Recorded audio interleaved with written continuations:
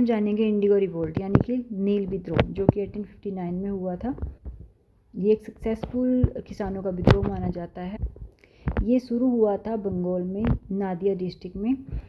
तो जो किसान थे, जो यूरोपियन, जब उनसे खेती कराई जा रही थी ब्रिटिश रूल के द्वारा, तब वो जो बहुत ज़्यादा इनसे तंग आ चुके थे, तब उन्होंने विद्रोह शुरू किया। European planters force peasant to grow indigo instead of food crops. उनको क्या कहा जा रहा था कि जो फूड क्रॉप्स की जगह, दूसरी फूड क्रॉप्स की जगह उनसे इंडिगो खेती करवाई जा रही थी। और इसमें क्या था कि जो फार्मर्स थे वो काफ़ी लो प्राइसेस उनको प्राप्त हो रहे थे, ठीक है, इंडिगो से। और जो उनकी खेती थी यानी कि उनकी ज़मीन थी वो भी रिड्यूस कर रही थी, सॉइल फर्टाइल यानी कि उपजाऊपन ख़त्म हो रहा था उनका, तो जिसके फाइनेंशियल उनका लॉस भी हो रहा था। और जो पीसेंट से faced operation by violence and डेब्ट इन इफ़ दे रिफ्यूज्ड, अगर वो रिफ्यूज़ करते थे, मना करते थे खेती ना करेंगे हम, तो उनको तंग किया जाता था, उनको काफ़ी वायलेंस किया जाता था, उन पर कर्जा ज़्यादा दे दिया जाता था। तो जो इसके लीडर्स थे वो थे दिगंबर विश्वास और विष्णु चरण विश्वास। तो इन्होंने ये शुरू किए, रिवोल्ट के जो लीडर बने। तो इन्होंने फिर क्या था कि दे ऑर्गेनाइज प्रोटेस्ट, उन्होंने प्रोटेस्ट को ऑर्गेनाइज़ किया और उन्हें रिसीव किया फिर सपोर्ट। जो सम लोकल लीडर्स थे, जर्नलिस्ट थे, इंटेलेक्चुअलिस्ट थे, तो इन सब का उनको सपोर्ट मिला।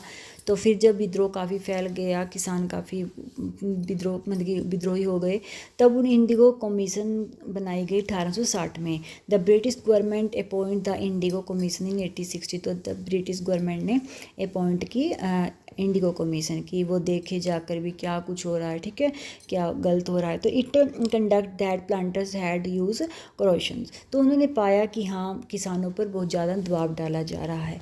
तब the commission stated that peasant could not be force to cultivate indigo. तब उन्होंने ये स्टेटमेंट दी कि किसानों पर किस तरीके का दबाव नहीं डाला जाएगा इंडिगो खेती के लिए। तो इसीलिए वन ऑफ द सक्सेसफुल, जो अर्लीस्ट हम कह सकते हैं पहला जो विद्रोह माना गया है ब्रिटिश एक्सप्लोटेशन, ब्रिटिशों के खिलाफ।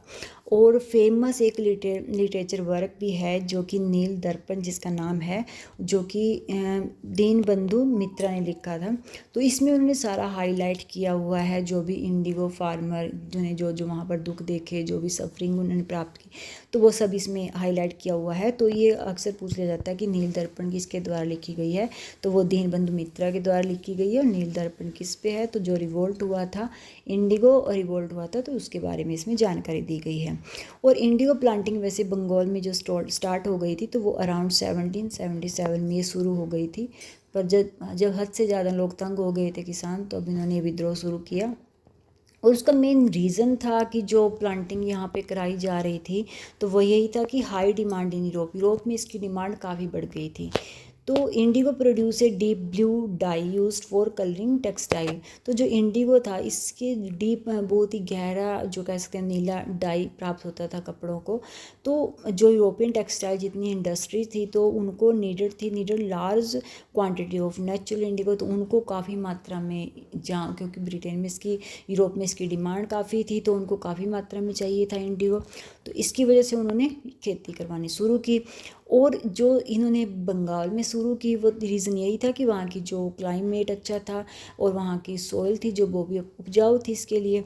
तो British east India company profit, और ईस्ट इंडिया कंपनी को प्रॉफिट हो रहा था। और एक था कि वहाँ किसान गरीब थे, और ये किसानों पे इनको पता था कि ज़बरदस्ती हम किसानों से करवा लेंगे, उन पे कर्जे दे दिए, उनको तंग किया गया, तो जिसकी वजह से उन पर खेती करवाई गई।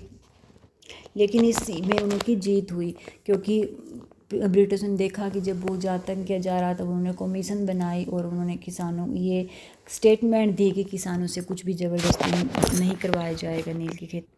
तो नोट्स अच्छे लगे तो लाइक करना, subscribe. Thank you for watching my video.